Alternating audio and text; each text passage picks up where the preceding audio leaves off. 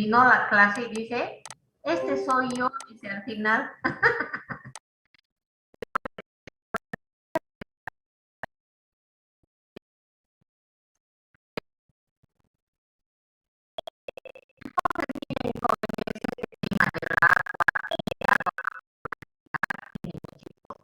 Para todo lo que hace el médico, para todo lo que va a recetar, para todo lo que le va a pasar al liposoluble por contacto de la piel va a absorberse. Mi paciente se va a intoxicar. Pero a veces también es muy bueno el término de la liposolubilidad. Miren, debajo de la lengua.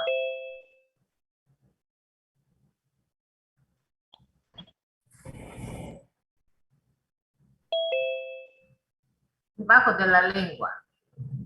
¿Qué tengo yo debajo de la lengua? Célula.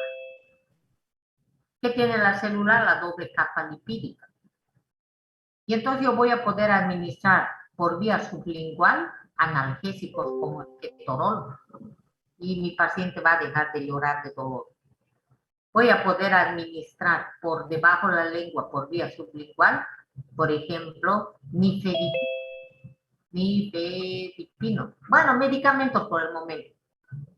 O nitroglicerina. O isordil. ¿Para qué? Para que sirvan como vasodilatadores coronarios. Y yo le pueda salvar a mi paciente de su infarto agudo de miocardio. Entonces la pregunta es...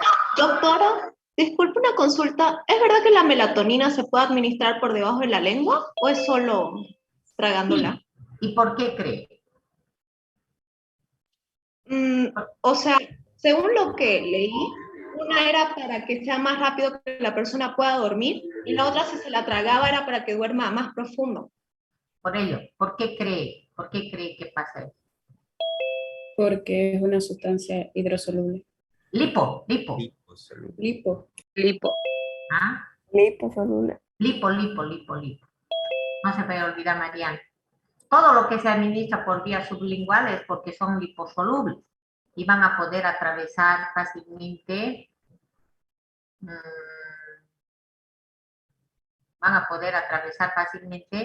la doble capa de lípidos. Ahora, hay medicamentos, los medicamentos se elaboran y se fabrican dependiendo la vía de administración. Entonces, la melatonina está preparada de tal manera que presenta más liposolubilidad para ser administrado por vía sublingual.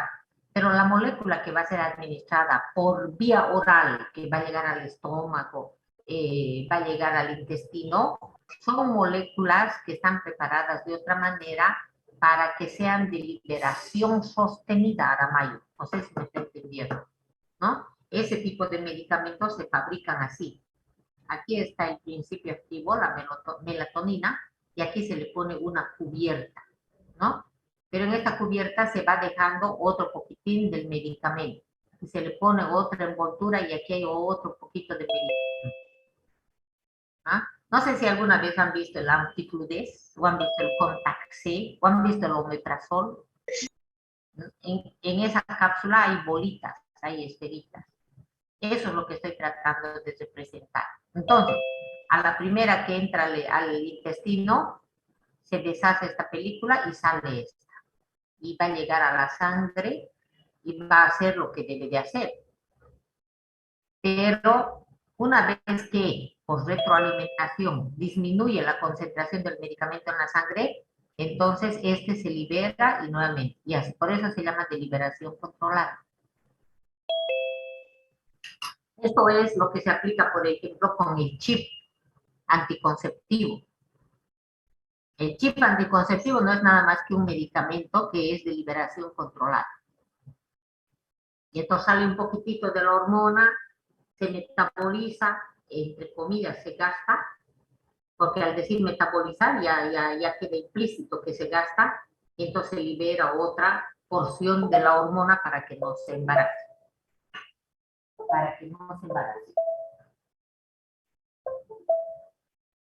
Bien.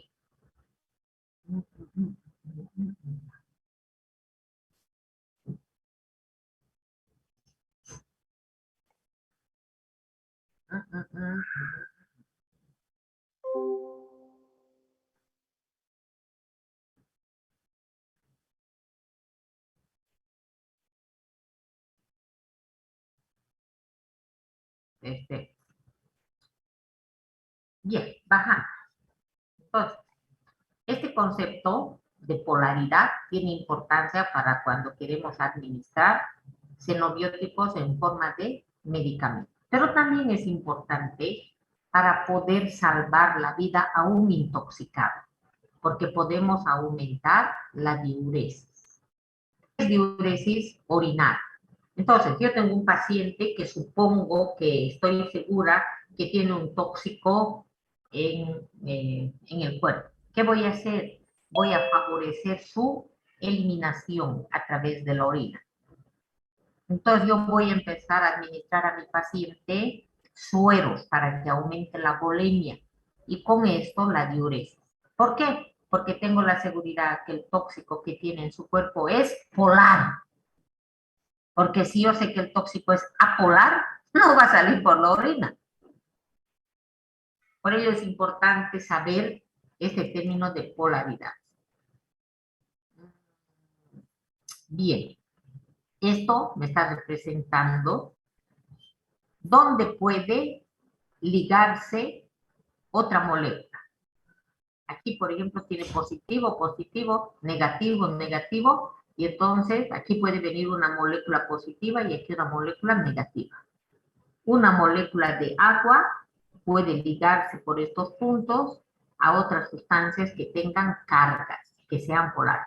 Y eso se llama puente de hidrógeno, enlace de hidrógeno.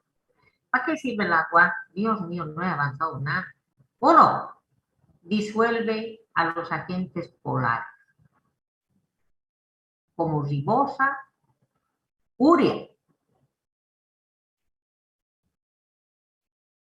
que es soluble, que desaparece. Pero también sirve para transportar todo lo que es polar, pero también gérmenes. También sirve para regular el calor, porque yo sudo más cuando hace más calor. Y entonces mi cuerpo se va a ver bañado de moléculas de agua. Y la molécula de agua tiene esa capacidad de transportar el calor. Entonces, como resumen, agua, compuesto químico inorgánico, 60%, nos quedamos con el 60, 65 es según Blanco, según Blanco. Su molécula, fíjense, no es lineal. Tiene el ángulo de 104.5. El oxígeno es el que es loco de los electrones. El oxígeno está trayendo el electrón del hidrógeno. Ahora bien, el agua se comporta como electrolito. ¿Qué es electrolito? Ya sabemos de memoria. Electrolito es todo aquel agente que en el seno del agua se disocia o se ioniza o se fragmenta y me da fragmentos cargados positiva y negativamente y que pueden transportar la electricidad.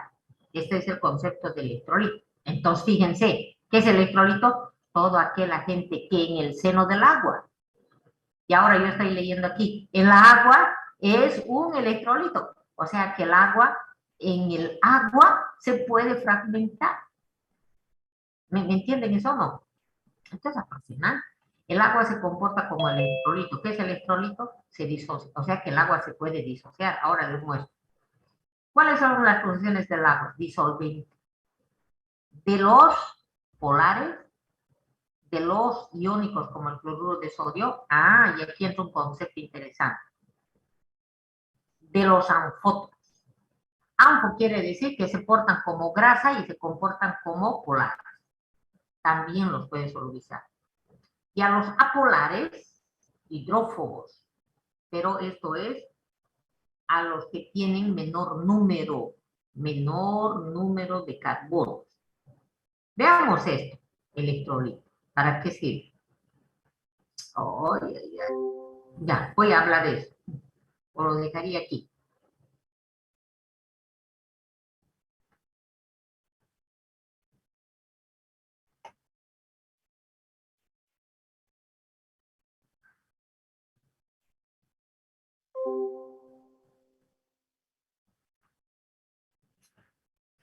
El agua lo puedo representar positivo, negativo, ¿no? Ajá. Pero con fines de enseñanza también puedo representarlo así. Y entonces, según esta teoría, el agua se puede fragmentar por acá. Y entonces me va a dar un hidrógeno más un hidroxilo. Me da las dos partes. Aunque otra teoría dice no es esto así. Chocan dos moléculas de agua y entonces una se rompe y una de ellas se queda así. El hidrónio más el hidroxilo. Parece que esta es la más atinada. De todas maneras, nosotros simplificamos. Una molécula de agua se ioniza, se disocia, perdón, la palabra es disocia, y me da una parte positiva y me da una parte negativa. Bien, una molécula. Entonces aquí ya podemos pensar, ¿no? 100 moléculas me va a dar 100 de esto y 100 de esto, ¿o no? Y 1.000.000 me va a dar 1.000.000 de esto, 1.000.000 de esto. Los grandes matemáticos han calculado que 1 por 10 a las 7 moléculas, una de cada 10 a las 7 moléculas de agua se disocia, se rompe, porque no aguantan más. Una le choca a la otra, una le choca a la otra, todo el rato están peleando. Y entonces una de 10 a las 7. ¿Cuánto sería a las 7? Entonces yo coloco aquí 1. Entonces coloco aquí, de aquí, 1, 2, 3, 4, 5, 6, aquí.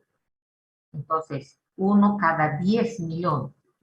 1 de cada 10 millones de moléculas de agua, una molécula de cada 10 moléculas de agua, de 10 millones, se disocia. Por ello que viene esto, 10 a la 7. Y como aquí me da 7 y aquí me da 7, por eso es 10 a la 14. Y por eso la escala del pH es del 1 al 14. ¿Se entiende eso? Yo tampoco. Pero copienlo, hijo. Van a leer, van a revisar, ¿ya? Anótense. Se ha calculado que 1 de cada 10 millones de moléculas de agua se disocia en hidroxilo y en protones o hidrógeno. Entonces, 1 de cada 10 a la 7 genera el doble. Entonces sería 10 a la 14. De ahí viene la escala del pH. La escala del pH es del 0 al 14. Del 1 al 14. Y el valor neutro del pH es 7. Todo lo de aquí es ácido, todo lo de aquí es básico o alcalino. No queda otra. Más adelante vamos a seguir dándole. Bien, volvamos a lo nuevo.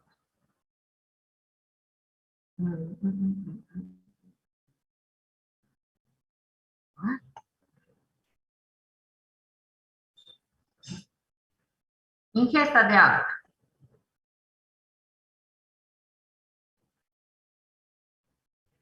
El volumen, no se dice la cantidad.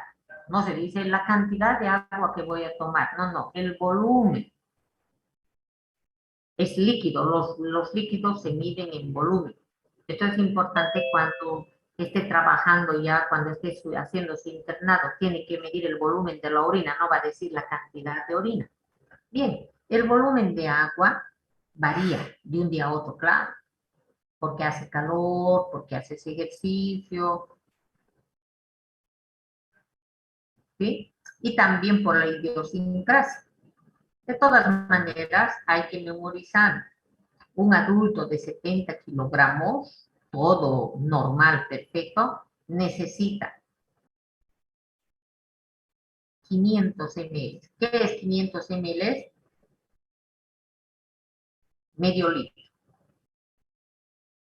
Necesita tomar para que pueda eliminar una orina desintoxicadora. Si no tomas, si tomas menos de 500 ml de agua, no te estás desintoxicando. Eso es lo más importante que tiene que quedar aquí. Ahora, además del medio litro que debes tomar, en tu cuerpo cuarto de litro es sintetizado por el anabolismo, catabolismo, glucólisis, Krebs. Cuarto litro se va a sintetizar. Entonces, por lo que sintetizamos cuarto litro, ya está.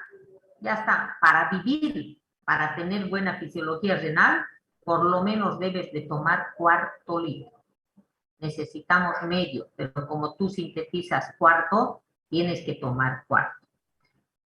Afortunadamente, cuando tomas sopa, estás ingiriendo cierta cantidad de líquido. Cuando consumes verduras, la verdura tiene agua. Y así sucesivamente. Bien, de todas maneras, debemos de tomar 3 cuartos de litro, que sería 750, para que tengamos un equilibrio. Esto ya lo hemos dicho, ¿no?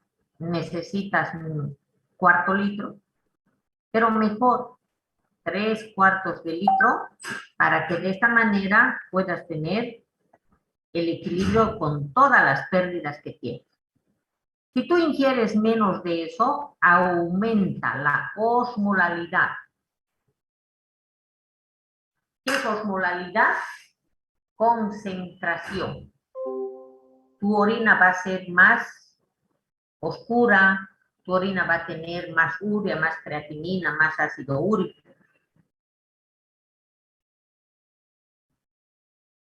Tu sangre va a tener más concentración y por ello te da más sed. Ay, no.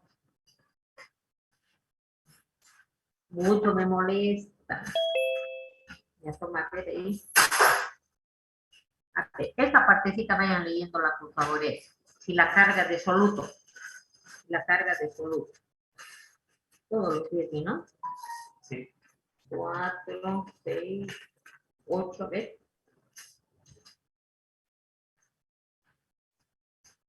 Ahí, 9. Que disculpe, me he detenido ya. Ahora, si la carga de soluto fuera eliminada en una orina con una dilución máxima, necesitaríamos orinar 25 litros. Fíjense. Una ingesta crónica mayor a los 25 se desequilibraría la homeostasis y disminuiría la osmolaridad. Este término hay que recordar, algunos pacientes tienen esta manía, toman y toman y toman y toman agua, fotomanía se da. Entonces aquí me está explicando, en este tipo de pacientes debo recordar que la osmolaridad de su sangre va a ser menor a los 300 miliosmoles por litro. Y esto va a provocar una pérdida de la homeostasis. Y entonces la persona va a estar edematizada. y por lo tanto en sangre va a haber menos urea, menos creatinina. Y uno podría preguntarse, ¿qué está pasando? Tiene menos de lo que debía tener. Es por esta situación. Otro término que necesito que tengamos presente es presión. ¿Qué es presión? En física hemos aprendido. Es la fuerza que se ejerce sobre una superficie. Ahora bien, ¿en nuestro cuerpo hay presión? Claro, porque si no, ¿por qué aprendería en medicina? Enseguidita ya me dijeran, no me interesa mi presión. Presión, la fuerza que se ejerce sobre una superficie. ¿En nuestro cuerpo hay presión? Sí. Fuera de la célula, para esto yo quiero que se imaginen, a una célula. No sé por qué no sale. Va.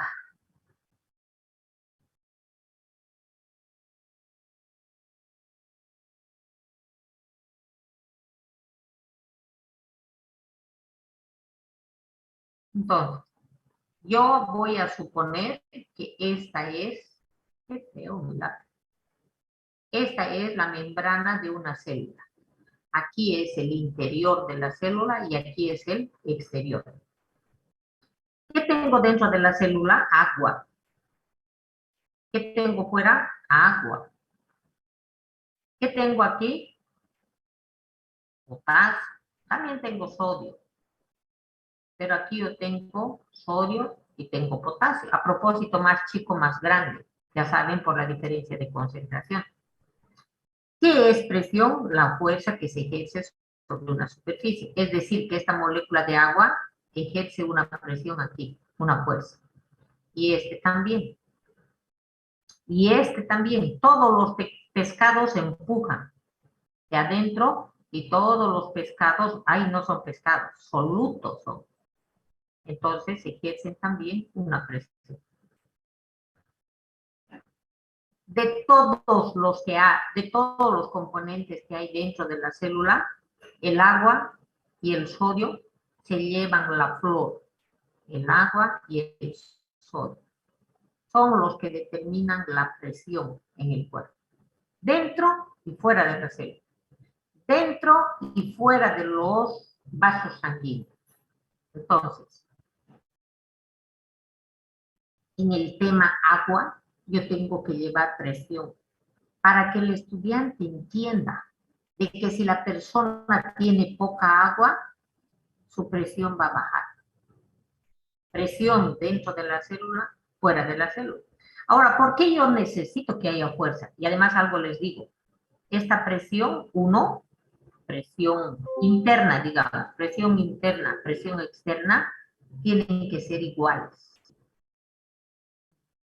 ¿Por qué? Porque si no fuera así, estas fuerzas son las que no permiten que entre ni salga nada más de lo que debe entrar ni salir. Porque si una de ellas es menor, por ejemplo, si esta presión interna se hace menor, el agua se entra. Y la célula chiquitita la revienta y me queda una cicatriz. Pero si es a la inversa, si esto se queda seco, el externo, porque la persona tiene diarrea, entonces el agua de dentro de la célula, todo el agua se viene aquí, osmos. Y esta célula, de lo que era hermosa, se queda todo arrugada, chuñito. Entonces, por favor, ¿por qué estudian agua? ¿Por qué tenemos que estudiar agua en medicina? Porque el agua es el mejor disolvente de los compuestos polares. Gracias a eso podemos administrar medicamentos polares y podemos orinar elementos polares, ¿no? Ya no es tan craso orinar, ¿no? Podemos eliminar, podemos a través de la diuresis. Pero también es importante avanzar agua porque del agua depende la presión de la sangre, presión intracraneana, presión intraocular, presión intracelular. Por todo lado necesitamos presión. ¿Por qué tenemos todos los días la misma forma?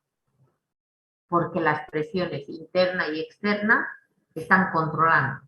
No te puedes quedar ni te puedes salir, porque si no fuera más flaca y fuera más o más gorda del día para la mañana, de un día a otro.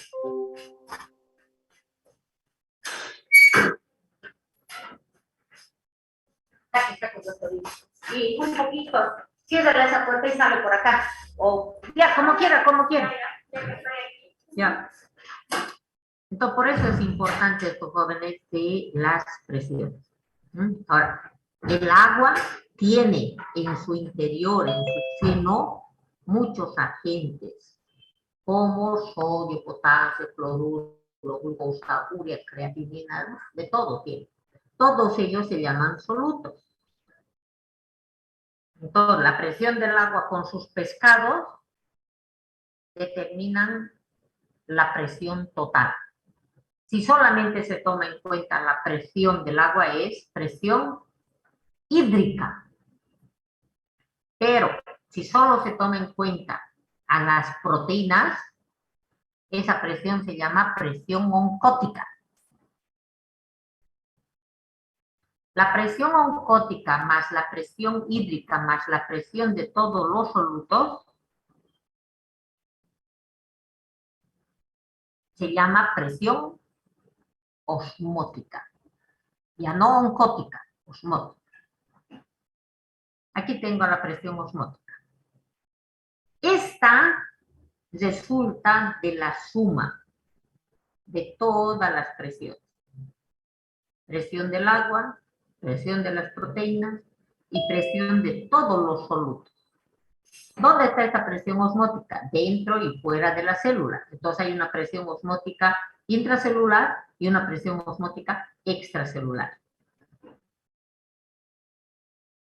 5.2. Tomemos solo en cuenta la sangre. Solo la sangre. Entonces, ya sabemos que es presión osmótica, la suma de todas las presiones. Ahora, cuando esta presión es igual a la presión que ejercería un mol, una cantidad de sustancia ideal que no sea electrolítica, es un osmol. ¿Qué es osmol? Es la presión que ejerce un mol de soluto, pero que no sea electrofílico, que no sea electrolítico. En nuestro cuerpo usamos miliosmol. Ahora bien, ¿qué es osmol? ¿Qué es osmol? La cantidad de sustancia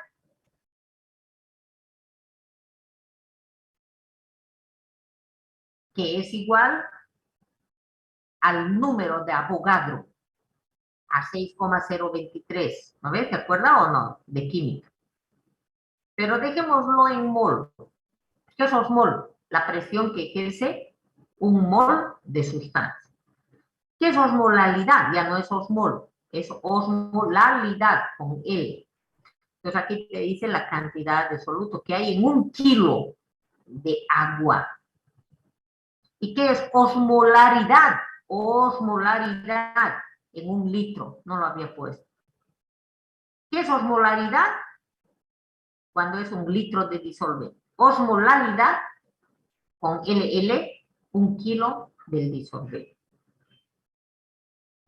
Ahora bien, ¿cuál es la osmolaridad de nuestra sangre? 300, ¿se acuerdan? Pero es mejor que vayamos ya modificando. 280 a 295, fíjense cómo está abreviado. Minúscula, mayúscula, minúscula, minúscula. Y la orina, fíjense, 500 a 800. ¿Cuál tiene más presión? La orina. Y cuando bebas menos agua, tu osmolaridad aumenta, tu orina es más espesa, es más poquitito. Y entonces va dañando las estructuras finas de las nefronas. De la osmolaridad, es decir, de la cantidad de moles que haya, de los moles osmóticamente activos que haya por kilo de agua, depende la concentración de intra y extra. Es decir, cuanto más sal, hace ratito les dije, el agua y el sodio. Entonces, cuando una persona come más sal, tiene más sodio, tiene más osmolaridad, tiene mayor concentración y el equilibrio se va a romper. Ahora bien, ay, me enloquece esta doctora con su osmolaridad. Es que esto se pone bonito para esto, miren. Osmolaridad es lo mismo que osmolalidad, solamente que aquí se indica que es por litro. Ah, ya. Oh, esto es sinónimo de tonicidad. ¿Qué es tonicidad? Tono. Mis músculos tienen tono muscular. Todos tenemos tono muscular. ¿Por qué tengo tono muscular? Porque hay osmolaridad. ¿Qué es osmolaridad? Peces en el agua que están empujando de adentro y de afuera para que mis células toda la vida sean normal. Gracias a la tonicidad, quiero decir, a la presión, quiero decir, a la osmolaridad, gracias a la osmolaridad, yo puedo estar sentada, puedo caminar, o tengo la forma humana. Porque todos están peleando, en todo lado. Ella tiene que tener esta forma, no puede estar regordeta, no puede estar flaca, y tiene que estar erguida.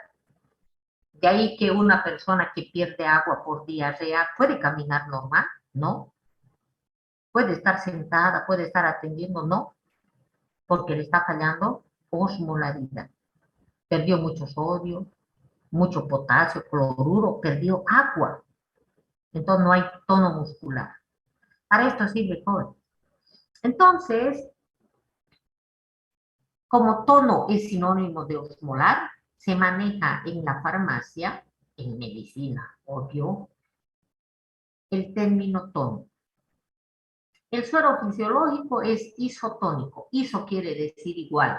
El suero fisiológico que yo compro en la farmacia tiene el mismo tono que el suero de un paciente.